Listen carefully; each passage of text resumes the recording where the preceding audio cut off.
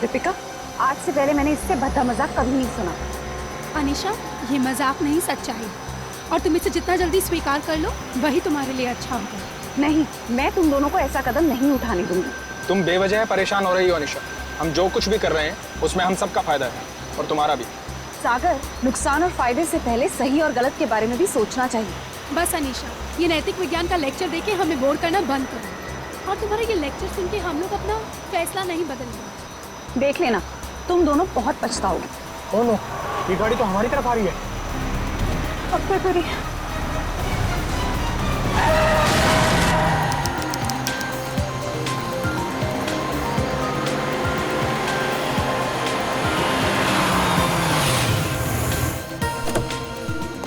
Hello sir. Hello. Hello ma'am. Sagar, क्या तुम नील को अकेले ऊपर तक लेके जा पाओगे? पहले भी कई बार लेके गया हूँ। शराब पीने के बाद हमेशा ड्रामे करता है। ठीक है, तो मैं सोने जा रही हूँ, मुझे बहुत जोर की नींद आ रही है। अच्छा सुनो, सुबह जल्दी उठ के शादी में जाना है। Okay, good night. Good night. सुबह जल्दी मिलते हैं। सुनो, जल्दी आना, हमेशा की तरह लेट मत करना। ओके। सर, हम आपकी कुछ मदद करें? एक व्हील चेयर ले आओ। व्हीलचेयर की क्या जरूरत है सर? हम दोनों इन्हें ऊपर ले जाते हैं। आपका कमरा नंबर 303 है ना? जितना बोला उतना करो ना। माफ करें सर, अभी लाए।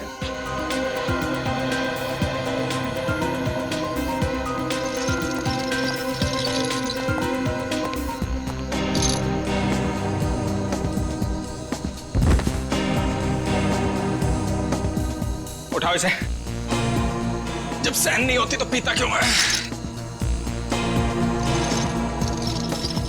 सर, खाने में कुछ लेंगे? एक सूप ले आओ। Okay sir. सर, इन्होंने सूप ऑर्डर किया। जब से ये लोग इस होटल में रहने आए हैं ना, ऐसा तीसरी बार हुआ है। पता नहीं इतनी शराब क्यों पीते हैं जब पचा ही नहीं सकते।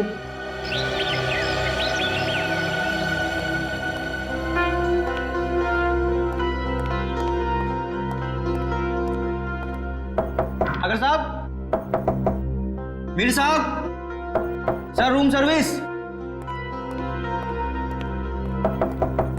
साहब, क्या हुआ? दरवाजा नहीं खोल रहे? नहीं, देखना दोपहर हो गई है, लगता है इन्हें रूम की सफाई नहीं करवानी है। हो सकता है शायद सो रहे होंगे। सो रहे होंगे अब तक? हाँ, मैंने सुबह फोन भी किया था नाश्ते के ऑर्डर के लिए, लेकिन उन्होंने फोन नहीं उठाया। और आज तो उनको किसी शादी में भी जाना था सुबह। शादी में भी जाना था और अब तक सो भी रहे? मतलब जरूर कुछ गड़बड़ है। तुम यहीं रुको, मैं मैनेजर साहब को लेके आता हूँ। ठीक है।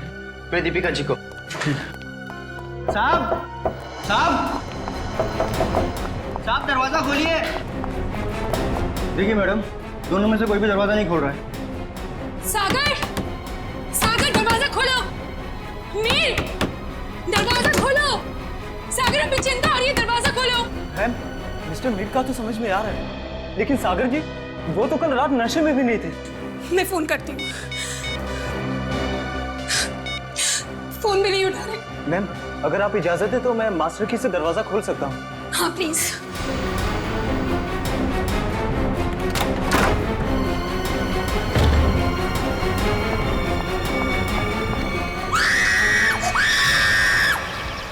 नील, तुम सोच भी नहीं सकते मैं इन छुट्टियों को लेकर कितनी उत्सुक हूँ। आखिरकार तुम्हारे ऑफिस वाले और मेरे ऑफिस वाले राजी हो ही गए और हमें एक हफ्ते की छुट्टी दे दी। भाई समझ में नहीं आता कि इंसान अगर दिन में 14 घंटे काम करेगा तो भाई अपनी खूबसूरत बीवी के साथ वक्त कब बिताएगा? नहीं नील, तुम अपने आके सड़क पर रखो। तुम जानते हो ना, तुम जब भी गाड़ी चलाते हो मुझे कितना डर लगता है। अरे तुम बेवजह घबरा रही हो। हाँ, अरे वो देखो, वो क्या है? वहाँ कोई लड़की जख्मी पड़ी है। देखो देखो। नील, हमें उसकी मदद करनी चाहिए। हाँ,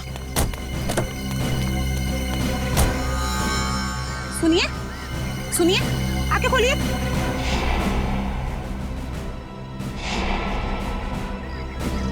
आप ठीक तो हैं? मैं पानी लेकर आता हूँ।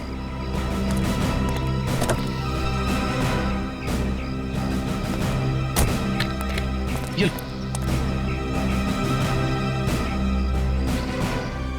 पानी पीजिए।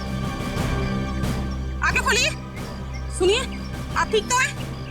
सीआईडी। सीआईडी? नील, हमें इनको अस्पताल लेकर चलना चाहिए। हाँ, और मैं सीआईडी को भी खबर कर देता हूँ। हाँ ठीक है।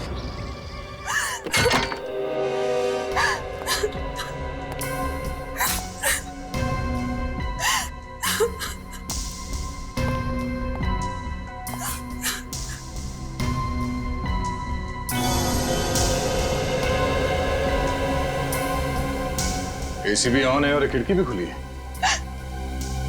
आप लोगों में से किसी ने यहाँ किसी चीज को हाथ तो नहीं लगाया? नहीं सर, मैंने बस नब्ज देखी और आपको फोन करके बुला लिया। मुझे तो यकीन ही नहीं हो रहा है कि सागर और मीर नहीं रहे।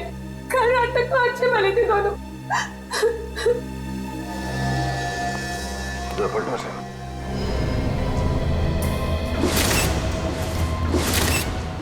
ये देखो फ्रेडी, मीर का खून गला घोट के किया गया है। हाँ सर, गले पे लाल निशान साफ साफ दिख रहा है। निशान देख के लगता है कि नायलॉन के रस्सी से गला घोटा गया इसका।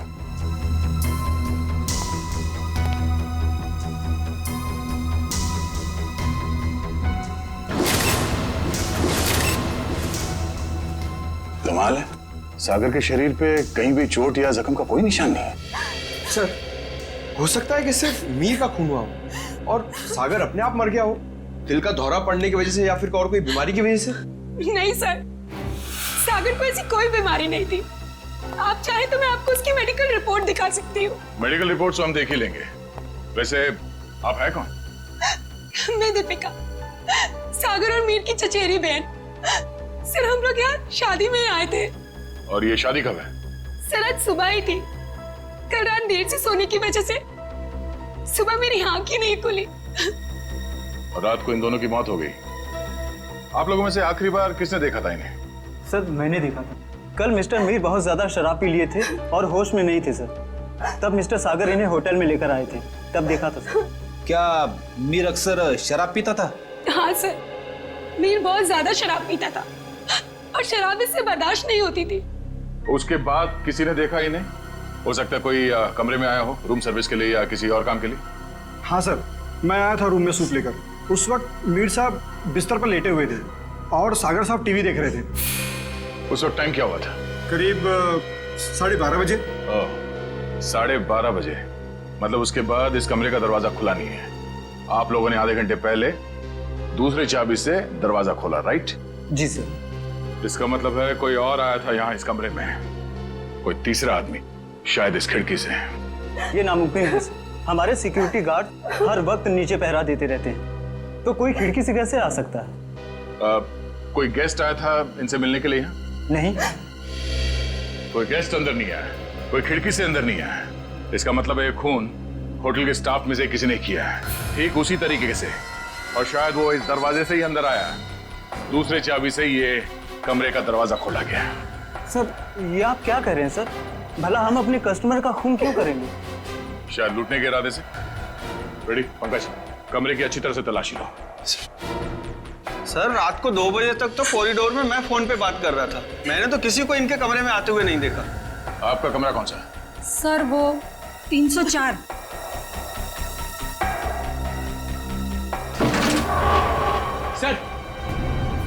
सर, इस ड्रॉर में पैसे मिले सर। पैसे?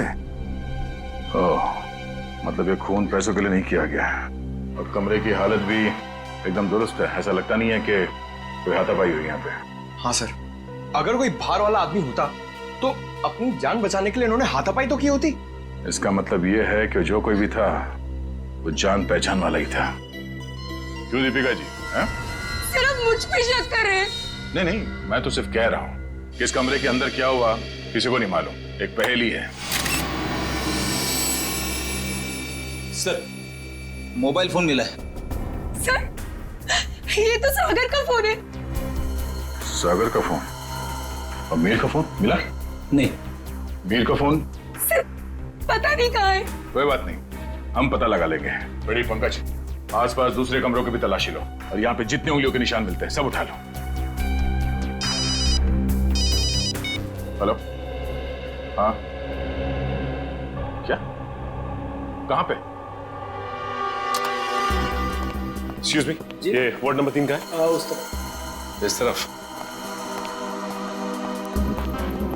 आप लोग सीआईडी से हैं? जी हाँ, नील आप ही हैं? जी। आप ही ने हमारे सीनियर इंस्पेक्टर मिस्टर दया को फोन किया था, एक मरीज को हमारी जरूरत है। हाँ सर, वो एक लड़की है, वो मुझे और मेरी पत्नी को मरुआ रोड पे एक खाई के पास घायल अवस्था में मिली थी। घायल अवस्था में? जी हाँ सर, ऐसा लगता है जैसे किसी ने उन्हें जानबूझकर खाई में फेंक दिया था। उन्हें देख सकते हैं कहाँ है वो? हाँ, आइए सर। प्लीज। रेखा, ये लोग सीआईडी से हैं। अच्छा ये बताइए कि इनके पास से आप लोगों को कुछ मिला क्या? जी सर इनके पास से हमें ये लाइसेंस मिला है। और सर ये मोबाइल भी मिला है। अनीशा, सर हमने सोचा कि इनके घर वालों को फोन करके खबर कर दें, तो हमने इन्हीं के फोन से कुछ लोगों को फोन किया, लेकिन किसी ने भी फोन नहीं उठाया। किसी ने भी फोन नहीं उठाया? हाँ सर। दीपिका, सागर, मीर। अरे सर ये तो वही लोग हैं। इन सबको फोन किया था तुमने? जी हाँ सर, इनके फोन लिस्ट में इनकी सबसे ज्यादा बात इन्हीं लोगों से हुई थी, इसलिए। ठीक है, इनकी जान बचाने का बहुत बहुत शुक्रिया। आप लोगों की जरूरत पड़ेगी तो हम आपको इन्फॉर्म करेंगे। फिलहाल आप लोग जा सकते हैं। Thank you. और साहब, अब इनकी तबीयत कैसी है? सर इन्हें मामूली चोटें लगी है, पर सदमे की वजह से ये बेहोश हो गई थी। अब ये ठीक है। इनसे बात तो कर सकते हैं ना? जी सर। अनीशा जी आंखें खोलिए। देखिए ये सीआईडी वाले आपसे कुछ बात करना चाहते हैं। देखिए अनीशा जी, आप घबराइए मत। आप ये बताइए कि आपके साथ क्या हुआ था, और ये दीपिका, मीर और सागर आपके लगते क्या हैं? वो मेरे चचेरे भाई बहन हैं, पर उन्होंने उसके साथ क्या किया? किसके साथ? मीर के साथ। देखिए अनीशा जी, मीर की मौत हो चुकी है और साथ ही साथ सागर की भी। क्या? हे भगवान, मुझे पहले ही लग रहा था जैसे कुछ गलत होने वाला है। अनीशा जी, आप क्या कहना चाहती हैं? प्लीज साफ साफ कहिए। हमारे एक रिश्तेदार की शादी होने वाली थी। कल रात हम चारों उसी के संगीत के फंक्शन से वापस लौट रहे थे, तभी मरुआ रोड पे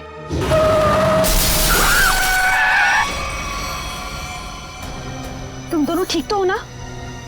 हाँ, हम ठीक हैं। घबराओ मत, ये हमारा ही प्लान था। क्या? चलो।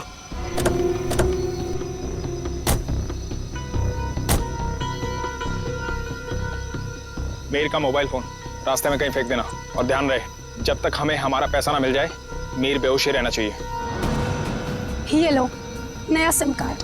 मीर के परिवार वालों से फिरौती की मांग इसी नंबर से करनी है। और हाँ, हमें फोन मत करना, वक्त आने पर हम लोग खुद कांटेक्ट करेंगे। नहीं, मैं तुम दोनों को ऐसा कुछ नहीं करने दूंगी। मीर हमारा चचेरा भाई है। अनीशा, तुम हमारे प्लान में दखलंदाजी मत करो, वरना क्या? मीर को हम बाद में खुद देख लेंगे, पहले तुम इसको ठिकाने लगाओ। चलो। ये क्या कर रही हो तुम मेरे साथ? दीपिका, तुम मेरे साथ ऐसा कैसे कर सकती हो?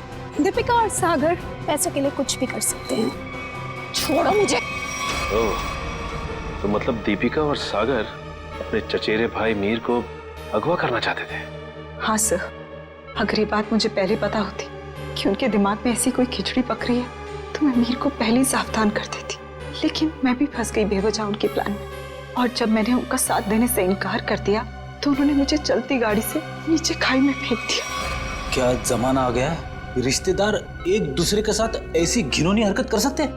वो तो अच्छा हुआ, वहाँ एक पेड़ की वजह से मैं खाई में नीचे गिरते गिरते बच गई, वरना मैं भी मीर के साथ मारी जाती। मगर सागर की मौत कैसे हुई? इसी का पता हम भी लगा रहे हैं। सर, लगता है दीपिका इस पूरे जिम में मिली हुई है। उसी ने होटल के कमरे में जाके दोनों को मार दिया।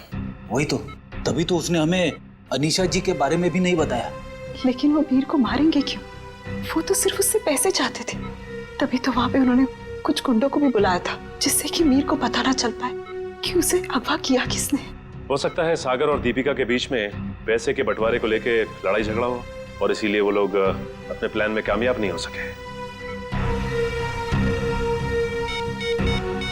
हेलो पंकज, हमें शक है कि मीर और सागर के खून में दीपिका का हाथ है। एक काम करो, उसे जल्द से जल्द अरेस्ट कर लो। क्या दीपिका भाग गई? ठीक है। दीपिका होटल से भाग गई? हाँ फ्रेडी, दीपिका भाग गई। अनीशा जी, इस केस को सॉल्व करने में हमें आपकी मदद चाहिए। जरूर सर, मैं आपकी मदद करने के लिए तैयार हूँ। क्या बात है डॉक्टर साहब, बड़ी मेहनत हो रही है। आपकी डॉक्टर तारिका, वो तो चली गई छुट्टी लेकर के, और दो दो लाशों का बोझ मेरे कंधों पर। अरे सर, तारिका जी को थोड़ी ना मालूम था कि ऐसा केस आने वाला है, और वैसे भी उन्होंने पहले से आपसे छुट्टी ली थी और सारी टिकट वगैरह पहले से ही बुक हो चुकी थी। हाँ सर, अभिजीत ने खुद लाइन में लगकर टिकट की बुकिंग करवाई थी तारिका जी के लिए। हाँ। है ना? अरे यार, ये राज की बातें तो सबके सामने हाँ साळुंखे, अब तक तो तूने मेरे होनर ऑफिसर्स को बता ही दिया होगा कि मौत हुई कैसे। बस आपके ये होनहार ऑफिसर, इन्हें किसी और चीज से फुर्सत मिले तो लाश की बात करें ना। देखिए सर, हम लोग यहाँ सिर्फ लाश की बातें ही करने आए हैं। Oh, really? जी बताइए बताइए। बस इस मीर की मौत हुई है गला दबाने की वजह से। किसी ने बहुत ही होशियारी के साथ इसकी जैगुलर वेन को दबा दिया और तोड़ दिया, और ये काम किसी एक्सपर्ट का है।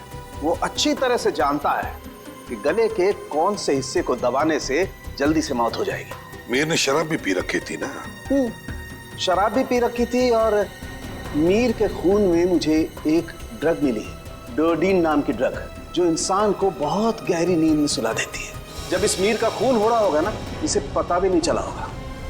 ये मीर होटल जाने से पहले संगीत के फंक्शन में गया था, शायद वहीं किसी ने इसे ये ड्रग दी होगी। नहीं, मीर की मौत हुई कब? मीर की मौत हुई है लगभग 16 घंटे पहले। 16 घंटे पहले? मतलब जब सागर मीर को व्हील चेयर के ऊपर बिठाकर होटल के अंदर ले जा रहा था, तब तक ये मीर मर चुका था? बिल्कुल दया। इनफैक्ट सागर मीर को नहीं, मीर की लाश को कमरे में ले जा रहा था। तो फिर सागर की मौत कब हुई? सागर की मौत हुई है मीर की मौत के ठीक 12 घंटे के बाद, और सागर की बॉडी पर कहीं किसी किस्म की चोट के निशान नहीं है। तो फिर इसकी मौत हुई कैसे साळुंखे? इसकी मौत हुई है सफोकेशन की वजह से। किसी वजह से इसका दम घुट गया, ऑक्सीजन ने इसके फेफड़ों में जाना बंद कर दिया, और इसी वजह से सागर की मौत हो गई। पर सर, सागर का दम घुटा कैसे? ये पता लगाना भी बाकी है, लेकिन हाँ, फिलहाल मैं आप लोगों को एक बहुत अहम सुराग दे सकता हूँ। क्या क्या सुराग? एक मिनट।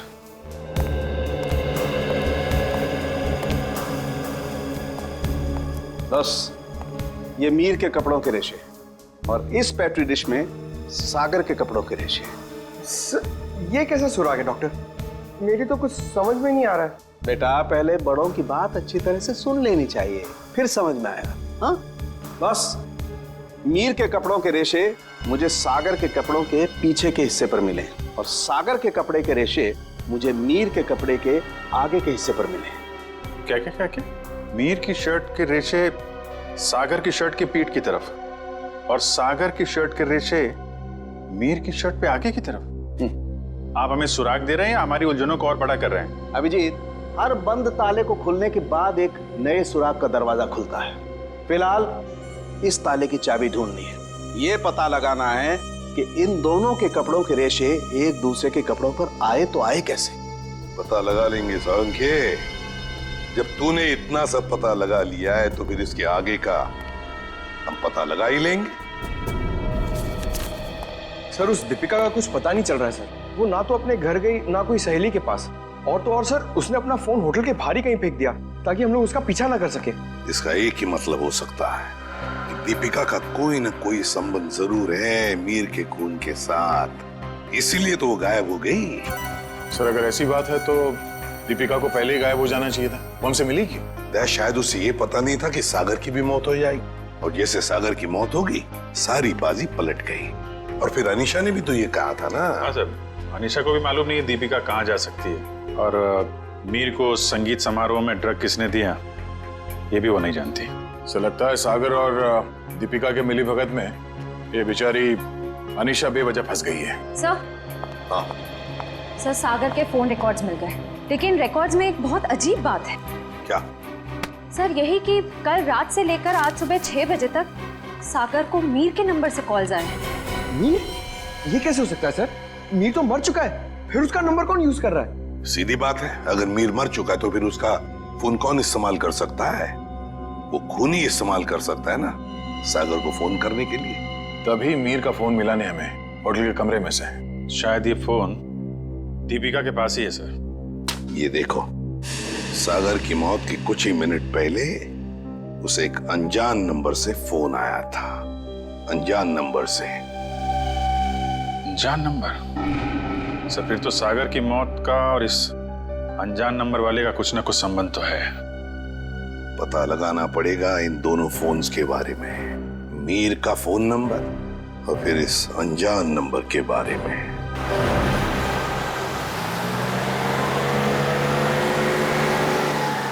बस आप यहीं गाड़ी रोक दीजिए।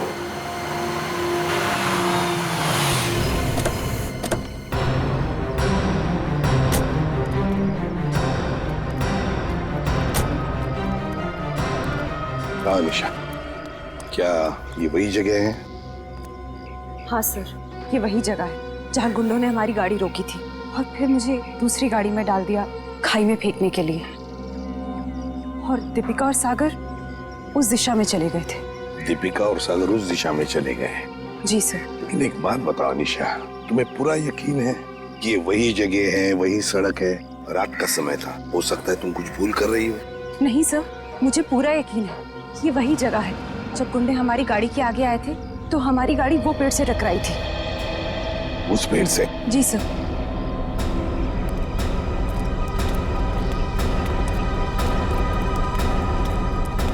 सर, यहाँ पे गाड़ी के टायर के निशान भी हैं। हाँ, जैसे ब्रेक लगा है। और सर, हाँ, यहाँ पे दूसरी गाड़ी भी थी, उसके टायर के भी निशान है यहाँ पे। हाँ, है तो सही, दूसरी गाड़ी के ही निशान है।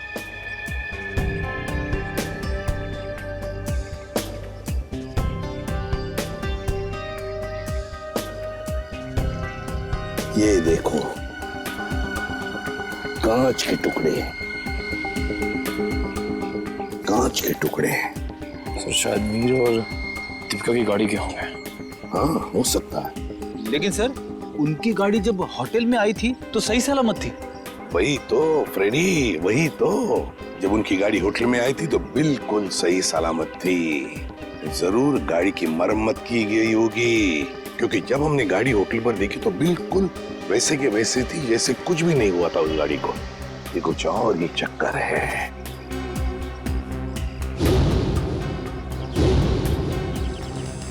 गोली? निखिल, 4 देना। सो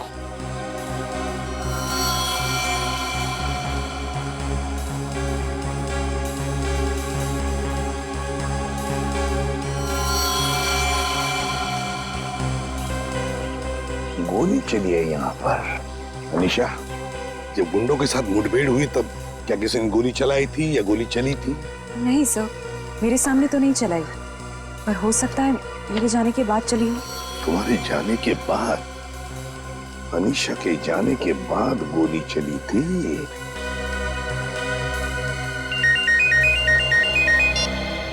आ गया। अच्छा, सागर को मिहिर के फोन से जो फोन आया था वो कहां से आया था उसका पता चल गया है? हम जहां पर खड़े वहां से 15 किलोमीटर दूरी पर है, कोई ढाबा है।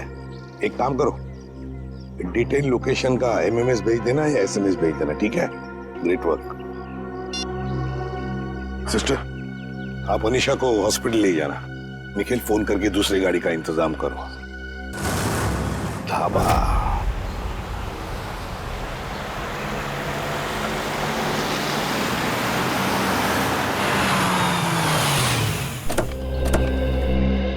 ये है वो प्रकाश ढाबा, यहां से किया गया था सागर को फोन। आइए आइए साहब, क्या खिलाऊं आपको? दाल मखनी, कढ़ाई पनीर या फिर सरसों का साग? बस कर यार, और नाम मत लेना वरना मेरे चूहों में पेट दौड़ने लगेंगे। सॉरी सर, मेरे पेट में चूहे दौड़ने लगेंगे। तो अच्छी बात है ना साहब, हमारा धंधा और बढ़ेगा। देखो, हम यहाँ खाना खाने के लिए नहीं, तहकीकात करने के लिए आए हैं। हम लोग सीआईडी से हैं। सीआईडी? तू चुप रहे छोटू। साहब, हुआ क्या है? हमने तो कुछ नहीं किया। हाँ, वो तो पता लगा ही लेंगे। खैर, पहले ये बताओ, 14 तारीख की रात को क्या तुम्हारे यहाँ एक कस्टमर आया था जो रात भर तुम्हारे इस ढाबे पर ही था? रात भर? रात भर 10 बजे से लेकर 6 बजे तक। क्या वो रात भर फोन पे ही बात कर रहा था? साहब, ढाबे पे तो नहीं था, पर हाँ, सड़क के उस पार एक गाड़ी खड़ी थी जिसके अंदर एक आदमी बैठा था और वो किसी से फोन पे बात कर रहा था। तो क्या तुमने उसे अच्छी तरह से देखा? नहीं साहब, अंधेरा था, इसके लिए चेहरा नहीं देख पाया। अच्छा, क्या वो अकेली गाड़ी में था या उसके साथ कोई और भी था? उसके साथ ड्राइवर था साहब, वो 2-3 दफा चाय लेने आया, खुद के लिए और वो दूसरे आदमी के लिए भी। और हाँ साहब, उसने कैंची भी तो मांगी थी। हाँ, कैंची मांगी थी? वो किस लिए? क्या मालूम साहब, बड़ा ही अजीब था वो ड्राइवर। गाड़ी से उतरा, मिट्टी और पत्थर जमा करके फिर से गाड़ी में बैठ गया। क्या जमाना आ गया है सर, आजकल लोग सड़क पर से पत्थर और मिट्टी भी चुराने लगे। किसी और काम के लिए फ्रेडी, पत्थर और मिट्टी किसी और काम के लिए। क्या वो ड्राइवर भी फोन पे बात कर रहा था? नहीं साहब, जो पीछे बैठा था वही आदमी बात कर रहा था। ड्राइवर को तो तुमने अच्छी तरह से देखा है ना? हाँ। तो हमारे लिए उसका एक स्केच बनवाओ, ठीक है? हाँ।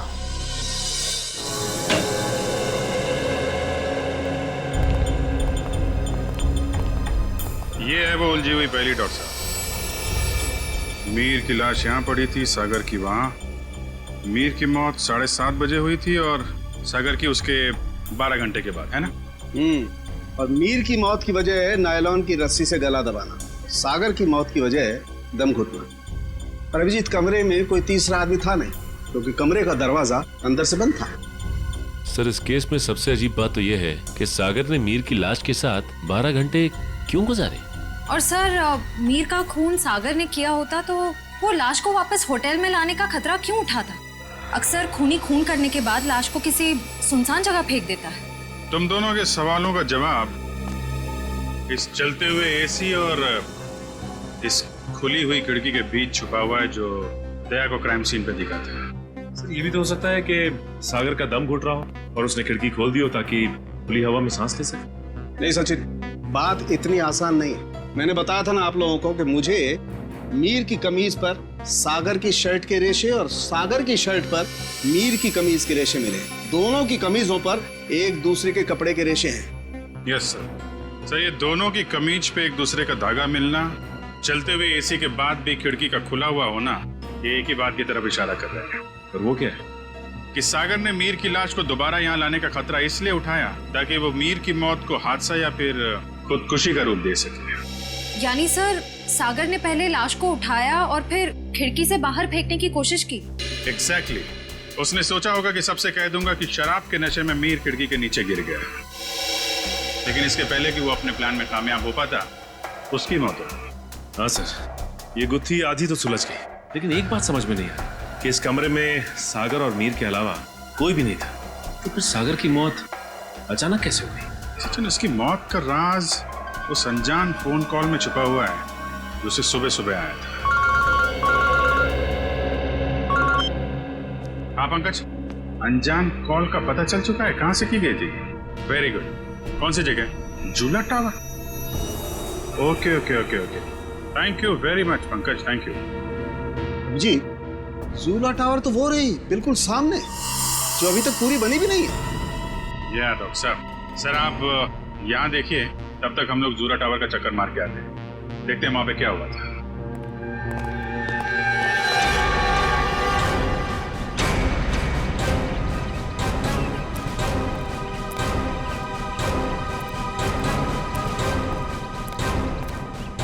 साहब, कौन है आप लोग? कहाँ जा रहे हैं? रेडी से हम लोग, हमारी ससुराल वाले। सीआईडी? कुछ हुआ है क्या साहब? क्या बात है साहब? साहब कुछ तो बताइए। चुपचाप आओ, पीछे पीछे हमारे, समझे?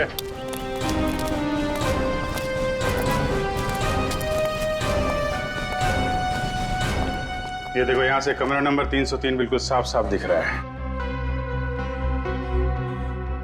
जरूर उस आदमी ने सागर को यहीं से फोन किया होगा। परसों रात तुम ही ड्यूटी पे थे यहाँ पे?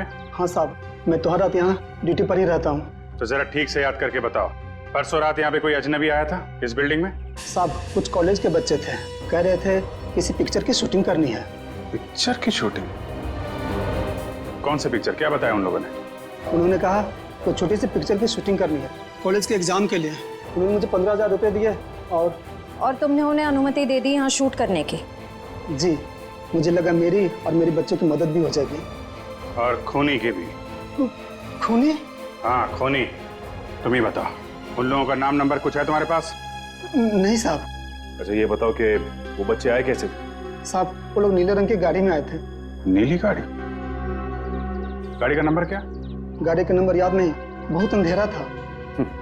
अच्छी चौकीदारी कर रहे हो, उनका नाम पता तक नहीं लिया तुमने, सिर्फ गाड़ी का रंग याद है बस। गलती हो गई साहब। पर हाँ साहब, एक बात है जो शायद आपको कुछ काम आ जाए। क्या बात? साहब, वो लोग उस कैमरे की बात कर रहे थे जो अपने साथ लेकर के आए थे। कह रहे थे महंगा है, संभाल के रखना, भाड़ा देना है। भाड़े का कैमरा? सर श्रेया और पंकज लगे हुए हैं कि स्टूडेंट्स ने फिल्म का कैमरा कहां से किराए पे लिया था। गुड। और दया, ड्राइवर का स्केच बन गया? हाँ सर, वो स्केच हमने सभी एम्प्लॉयमेंट एजेंसी में भेज दी है। बहुत जल्द उसकी पहचान हमारे सामने होगी। तू यहाँ? हाँ यार, लैब में बैठा बैठा बोर हो रहा था। मैंने सोचा आप लोगों के साथ ब्यूरो में चल के चाय पी लेता हूँ। अरे चाय तो हम आपको जरूर पिलाएंगे डॉक्टर साहब, लेकिन ऐसा कौन सा सबूत हाथ लग गया है जो आप भागे भागे यहाँ चले आए? सुराग हाथ में तो नहीं लगा है अभिजीत, लेकिन लगने वाला है। ये देखो, ये चार्ट देख रहे हो? ये तो कोई कैलकुलेशन चार्ट लगता है। किस चीज का चार्ट है ये? बॉस, ये मीर और सागर की मौत का कैलकुलेशन चार्ट है। अगर मेरी कैलकुलेशन सही निकल गई ना, तो इस सागर के दम घुटने का राज यूं पता चल जाना, यूं। सर आइए। सर ये मिस्टर सोहन है। उन कॉलेज स्टूडेंट्स को कैमरा किराए पे इन्होंने ही दिया था। कौन से कॉलेज के स्टूडेंट्स थे वो? Sir QR institute of medical science and research centre. ये मेडिकल कॉलेज के बच्चों को फिल्म मेकिंग में कहां से इंटरेस्ट होने लगा? कितने लोग आए थे? सर 4 स्टूडेंट्स थे। 4 लोग? तो उनमें से किसी ने तो अपना नाम बताया होगा। हाँ सर, एक लड़के ने अपना नाम और नंबर दिया था। क्या नाम है उसका? सुनील। सर नंबर बंद आ रहा है उसका, रास्ते भर ट्राई कर रहा था मैं। जरूर इस मेडिकल स्टूडेंट में से कोई है जो इन दोनों पर नजर रख रहा था, मीर और सागर पर। हाँ सर, और सुबह जिस प्राइवेट नंबर से सागर को फोन आया था वो भी इनमें से किसी ने किया होगा। बस इस मेडिकल कॉलेज में जाकर इन स्टूडेंट्स से मिलो, जरूर कोई ना कोई सुराग तो मिलेगा ही मिलेगा। हेलो, ड्राइवर का पता चल गया? कहाँ रहता है वो?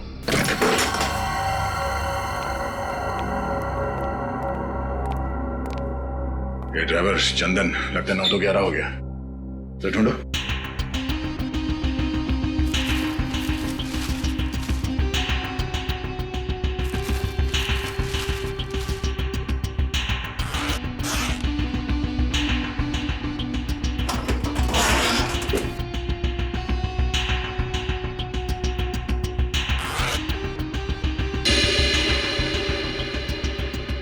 पंकज, पैसों का बैग तो यहीं पे है। पैसों का बैग, इसका मतलब वो शहर छोड़ के भागा नहीं है। पैसे लेने जरूर वापस आएगा। अरे भाई साहब, जी साहब इधर आना। जी साहब। अरे ये चंदन कहाँ गया, कुछ पता है क्या? गाड़ी तो यही है, यही कहीं होगा। ठीक है, आप जाइए। कहीं ये वही गाड़ी तो नहीं जिसे ढाबे वाले ने देखा था? चलो देखते हैं।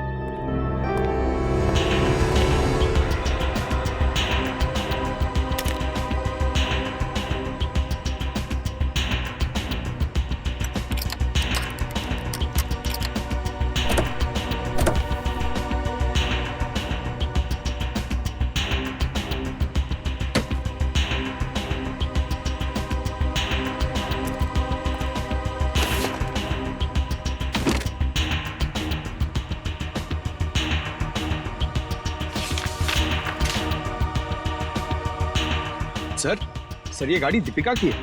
ये देखिए पेपर। दीपिका की गाड़ी? और ये देखो, पत्थर पे सूखा हुआ खून। शायद ये वही कंकड़ पत्थर है जिन्हें ड्राइवर ढाबे के पास इकट्ठा कर रहा था।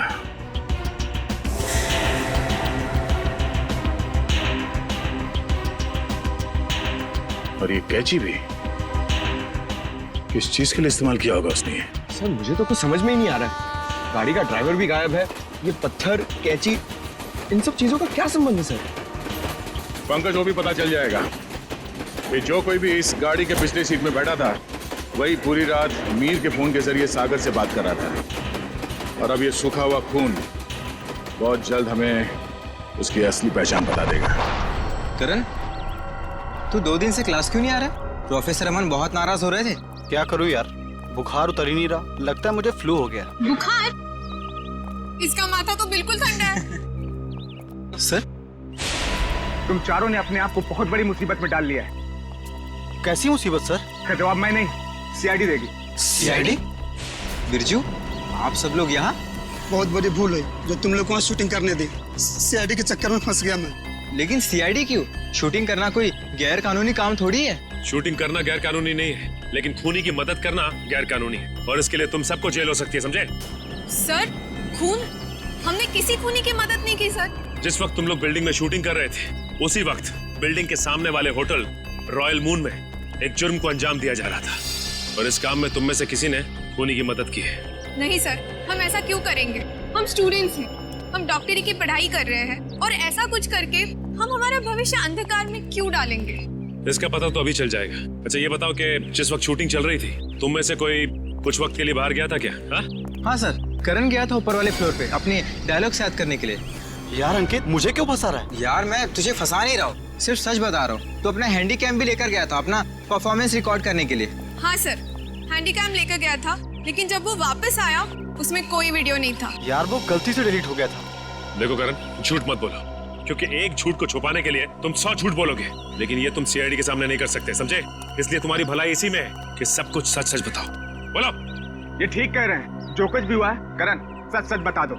सर, मुझे डर था कि मेरी अटेंडेंस कम होने की वजह से मैं एग्जाम में फेल हो जाऊंगा। तभी अचानक मुझे किसी ने एक दिन चिट्ठी भेजी, और साथ में एक सिम कार्ड भी। उस चिट्ठी में लिखा था कि उस होटल के कमरे में जो भी कुछ हो रहा है उसकी लाइव फीड रिकॉर्ड करके मैं उसे दूं, और साथ में उसे फोन भी करूं, तो वो मुझे फेल होने से बचा लेगा। तो सर मैंने वैसा ही किया।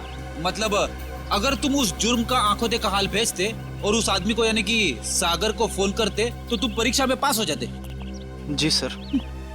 तुम्हारे साथ बहुत गलत हुआ है, किसी ने तुम्हारे साथ गंदा मजाक किया है और तुम उसके बहकावे में आ गए। वो खत जिसने लिखा था वो तो बच नहीं पाएगा। वैसे इस लेटर में और क्या लिखा था? उस चिट्ठी में लिखा था कि जैसे ही सागर उस आदमी को खिड़की तक लाए तो मैं सागर को फोन करूं, और 5 बार घंटी बजते ही मैं वहां से चला जाऊं। तुम ऐसा कैसे कर सकते हो करण? पास होने के लिए तुम किसी की खून करने में मदद करो? शर्मनाक है ये, शर्मनाक। यार मैं इस बात के लिए पहले से ही शर्मिंदा हूँ। तुम्हें इस बात की शर्मिंदगी होनी भी चाहिए, समझे? अच्छा फिर फोन करने के बाद क्या हुआ? सागर ने मेरा फोन उठाया नहीं, बस वो अचानक वहीं खड़ा रहा। मैंने फोन किया, 5 बार घंटी बजी, उसके बाद फोन काटकर मैं वहां से चला गया। ठीक है, देखो ये सारी बात हम लोगों के बीच में ही रहे, क्योंकि मैं नहीं चाहता कि अगर खूनी हमारे आसपास है तो उसे इस बात की भनक भी लगे। मैं समझ सकता हूँ सर। और करण तुम्हें हमारे साथ चलना होगा होटल रॉयल मून में, जहाँ क्राइम हुआ है। करण, अब बताओ, सागर और मीर एग्जैक्टली कहाँ पे खड़े हुए थे? यहाँ पर सर। मीर सागर के कंधों पर झूल रहा था। और तुमने सुबह 6 बजे के करीब उनको फोन किया? जी सर। करण, ये समझो कि तुम सागर हो और इंस्पेक्टर सचिन मीर है। ठीक से याद करके बताओ कि सागर ने मीर को कैसे उठा रखा? आप अपनी बाजू यहाँ पर रखिए। इसे? यस सर, और अपनी मुट्ठी बंद कर लीजिए। लो, बंद किया? जी। ओह, तो इसका मतलब मीर के हाथ सागर के कंधों पे नहीं बल्कि गर्दन के पास थे। जी सर। इस तरह से? जी। और फिर तुम्हारे फोन करने के बाद क्या हुआ? मुझे कहा गया था कि फोन का रिंग 5 बार बजने के बाद तुम वहाँ से चले जाना। फोन तो बजा पर फोन सागर ने उठाया नहीं। उठाता कैसे भैया? उस वक्त तो मीर सागर का खून कर रहा था। मीर सागर का खून कर रहा था? सर ये कैसे मुमकिन है? मीर तो खुद एक लाश था। तो तुमसे किसने कहा श्रेया की लाश खून नहीं कर सकती? सालुंके साहब, आप भी फ्रेडी की तरह। 1 मिनट सचिन, मैं कोई आत्मा की बात नहीं कर रहा हूँ, मैं साइंस की बात कर रहा हूँ। मैं रिगर मोर्टिस की बात कर रहा हूँ। याद है अभिजीत, कुछ सालों पहले भी ऐसा ही केस हुआ था। तुम पूछना अपने एसीपी साहब से। उस केस में एक लाश ने एक आदमी को गोली मारी थी।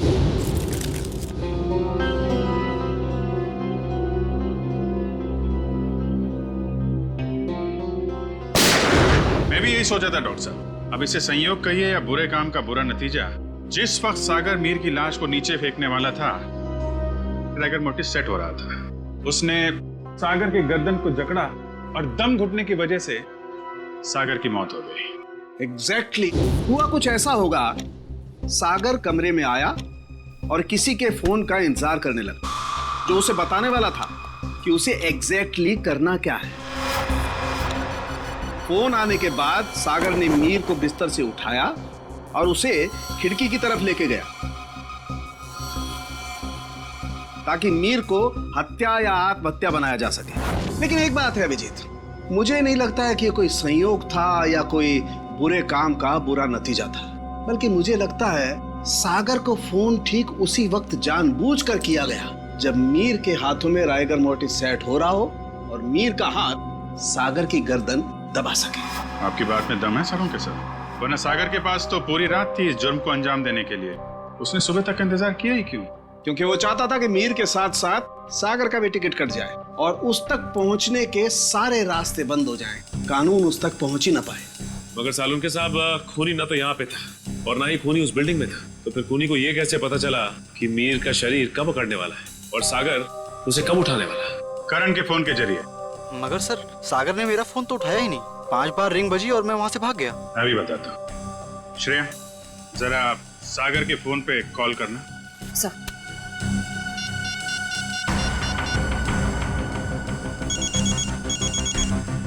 ठीक है। सचिन, अब जरा तुम कॉल करना।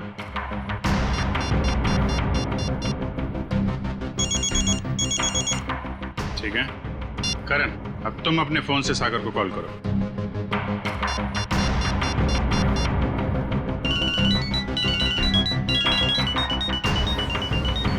ये क्या सर, मेरे फोन करने पर अलग तरह की रिंग बजी? जी हाँ, बिल्कुल अलग तरीके की रिंग। एक ऐसी रिंग जिसने सागर को सम्मोहित कर दिया, हिप्नोटाइज। तभी तो वो तुम्हारा फोन नहीं उठा पाया। सर, इतनी बड़ी साजिश? बिल्कुल श्रेया, ये मुजरिम कोई साधारण आदमी नहीं है। ये कोई एक्सपर्ट है, एक्सपर्ट जिसे रिगर मोर्टिस की बहुत अच्छी जानकारी है और लोगों को सम्मोहित करने की भी। ये कहीं करण के कॉलेज का कोई प्रोफेसर तो नहीं, कोई एक्सपर्ट?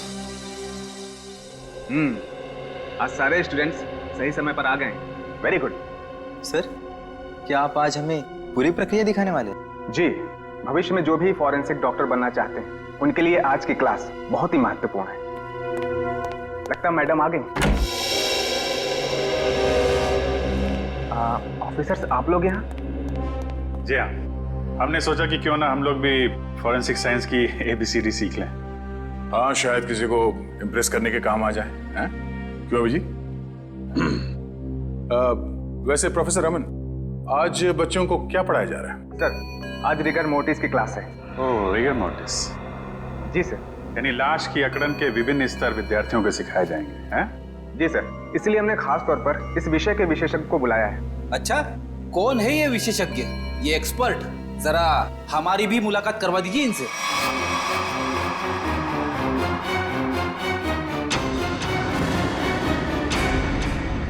अरे फ्रेडी, विशेषज्ञ को नहीं पहचाना तुमने? हैं?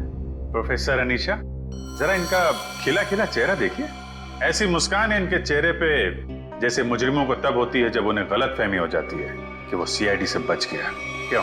ये कैसी बातें कर रहे हैं आप? वैसे खून की प्लानिंग तो वाकई बहुत सोच समझ के की थी आपने, मगर एक गलती कर दी। CID को हल्के में आंक लिया। क्या बकवास कर रहे हैं आप लोग? मैंने कोई खून नहीं किया है, मैं तो खुद घायल हूँ। उन्होंने मुझे खाई में फेंक दिया था। क्या भूल गए आप लोग? हम कुछ नहीं भूले, शायद आपकी याददाश्त कमजोर है। क्या मतलब? मतलब यह कि आपको खाई में फेंका नहीं गया था, आप खुद उतरी थी वहां पे। आपके शरीर पे ये जो जख्म है, चोट के निशान है, ये खुद आपने बनाए हैं। क्या सबूत है ये निशान मैंने बनाए हैं? वैसे हम जानते हैं कि फॉरेंसिक डॉक्टर होने का फायदा उठाकर आपने इस केस में ज्यादा सुराग नहीं छोड़े, पर उस कार को साफ करना भूल गई हैं। पत्थर पे जो खून मिला है और कैंची पे जो उंगलियों के निशान है, वो आपके हैं अनीशा जी। हमारे पास काफी सबूत हैं आपको अदालत में खूनी साबित करने के लिए। बाहर जाने के सभी दरवाजे बंद हो चुके हैं अनीशा जी। अब सिर्फ जेल का दरवाजा आपका इंतजार कर रहा है। अब बताइए, क्यों किया आपने ये सब? दीपिका और सागर ने प्लान बनाया था, मीर को किडनैप कर लेंगे और बदले में उसके ट्रस्ट से ढेर सारा पैसा मांगेंगे। उन्हें नहीं पता था कि मुझे उनके प्लान के बारे में सब कुछ पता लग गया है और बदले में उनके खिलाफ में एक और प्लान बना रही थी जो उनके प्लान से कई ज्यादा खतरनाक था। और उस ड्राइवर और दीपिका का क्या किया तुमने? दोनों को मारकर जंगल में फेंक दिया नीलगंज के। शर्म आनी चाहिए तुम्हें। एक फॉरेंसिक डॉक्टर का फर्ज होता है कि वो समाज से जुर्म को मिटाने में कानून का साथ दे, खूनियों को पकड़ने में मदद करे, लेकिन तुमने अपनी शिक्षा का गलत इस्तेमाल किया है। खुद एक अपराधी बन गए। ऐसे घिनौने अपराध की सिर्फ एक ही सजा है, फांसी।